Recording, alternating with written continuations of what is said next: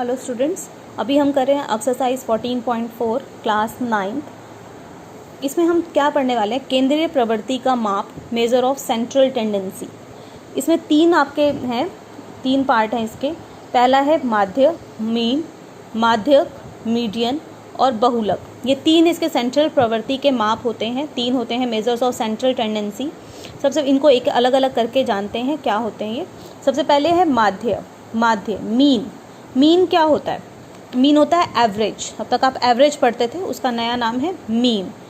क्या होता है औसत? देखिए औसत क्या होता है, मान लो मेरा नंबर आए, एक पेपर में 30 नंबर आते हैं, एक में 40 आए और एक में 50 नंबर आए, ठीक है।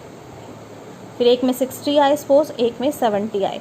अब 5 पेपर में नंबर आ गए ना, लेकिन हम क्या करते हैं, हम इसका एवरेज निकालते हैं कि मेरे हर पेपर में एवरेज कितने नंबर आए, ठीक है। तो एवरेज कैसे निकालेंगे? आप सबको प्लस करिए, जितने भी नंबर्स हैं। देखो 3, 30 और 40 कितना हो गया? 70।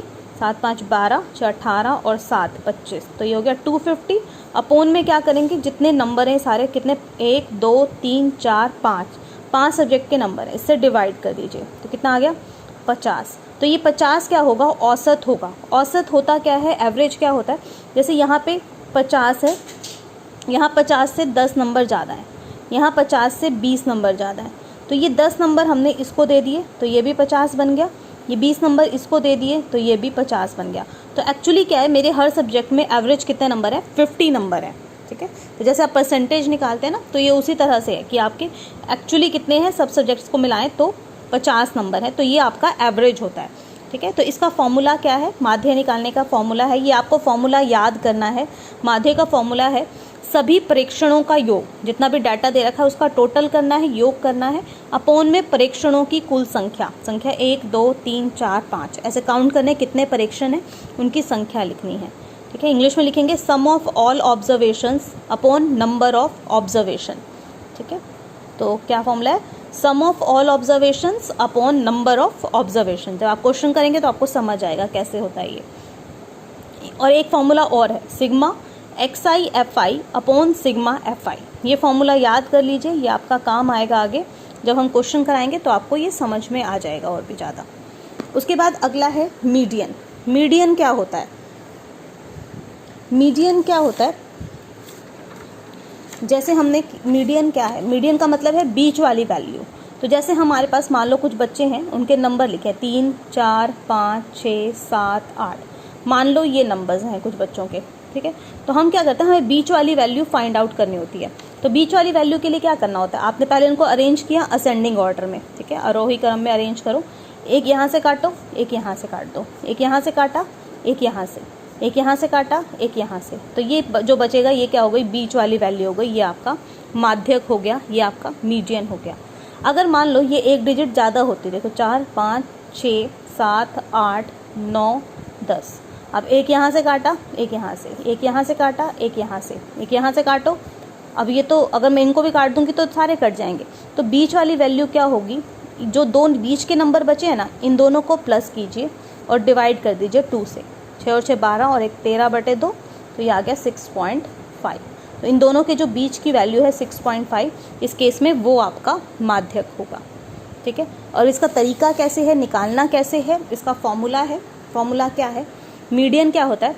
सबसे पहले तो अरेंज करना है असेंडिंग ऑर्डर में, ठीक है। उसके बाद परीक्षणों की संख्या देखेंगे। अगर परीक्षणों की संख्या विषम है, ठीक है, ऑड नंबर है, if it is a odd number है, n जो है ऑड नंबर है, ठीक है, तो क्या होगा? ऑड नंबर है तो मतलब जैसे हमारा इस वाले क्वेश्चन में था, देखो 1 2 3 4 5 6 7, तो 7 थे, तो यानी ऑड नंबर था, विषम संख्या थी, ठीक है। तो विषम संख्या में क्या होगा? ये एक सीधा सीधा हम निकल आएगा। तो इसके लिए फॉर्मूला क्या है? n+1 अपॉन में 2।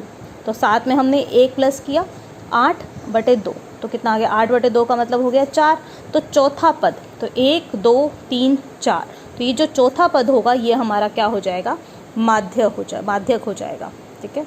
अगर n एक विषम संख्या है, n एक सम संख्या है, यदि n एक सम संख्या होगी, सम संख्या मतलब इवन नंबर है, तो इवन नंबर के केस में आप क्या करेंगे?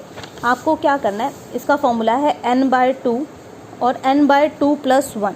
इन दोनों को जो पद हैं, ये दोनों जो पद हैं इनका माध्य निकालना है, मतलब इन दोनों पदों को प्लस करना है और 2 से डिवाइड कर देना है। देखो जैसे इसमें देखिए जो भी हमने क्वेश्चन किया, 1 2 3 4 5 6 7 8, हमारे पास 8 पद हैं। तो हमने पहले तो 8/2 किया और 8/2 + 1, तो ये हो गया 4 और 4 + 1 5। जो 4th और 5th पद हैं उनको प्लस करना और अपॉन में 2 लगाना है, उसका माध्यक लिखना है।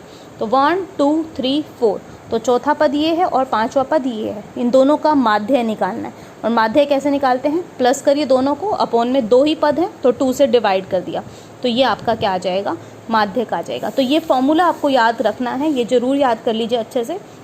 n विषम संख्या है तो ये होगा आपका माध्य, और ये अगर आपका n एक सम संख्या है तो ये दोनों पदों का जो माध्य होगा वो आपका माध्यक होगा। ठीक है, तो n + 1/2th टर्म होगा अगर n विषम संख्या है, और n अगर सम संख्या है तो n/2, वह n/2 + 1th पद का माध्य, इन दोनों का मीन निकालना है। ठीक है, उसके बाद नेक्स्ट टर्म है बहुलक। बहुलक क्या होता है, बहुलक होता है कि जो प्रेक्षण सबसे ज़्यादा बार आता है, जिसकी बारंबारता सबसे ज़्यादा होती है, उसको हम बोलते हैं बहुलक। ठीक है, तो जैसे कुछ आपके मान लो नंबर्स आए क्लास में, वो सारे बच्चे हैं, उनके 10 में से कोई नंबर आए तो 3 3 5 5 5 7 7 7 7 8 9 ये नंबर आए। तो आप देखो 2 बच्चों के 3 नंबर आए, 5 नंबर आए 3 बच्चों के, 7 आए 4 बच्चों के, 8 और 9 एक बच्चे के। तो सबसे ज़्यादा कौन से हैं, 7 4 बच्चों के नंबर आए, तो यहाँ पे 7 क्या हो जाएगा, इसका बहुलक हो जाएगा, 7 मोड हो जाएगा, इंग्लिश में बोलेंगे मोड हो जाएगा। ठीक है, तो मोड क्या होगा, ये होगा। ठीक है, अभी हम क्वेश्चंस और करेंगे तो आपको और क्लियर हो जाएगा।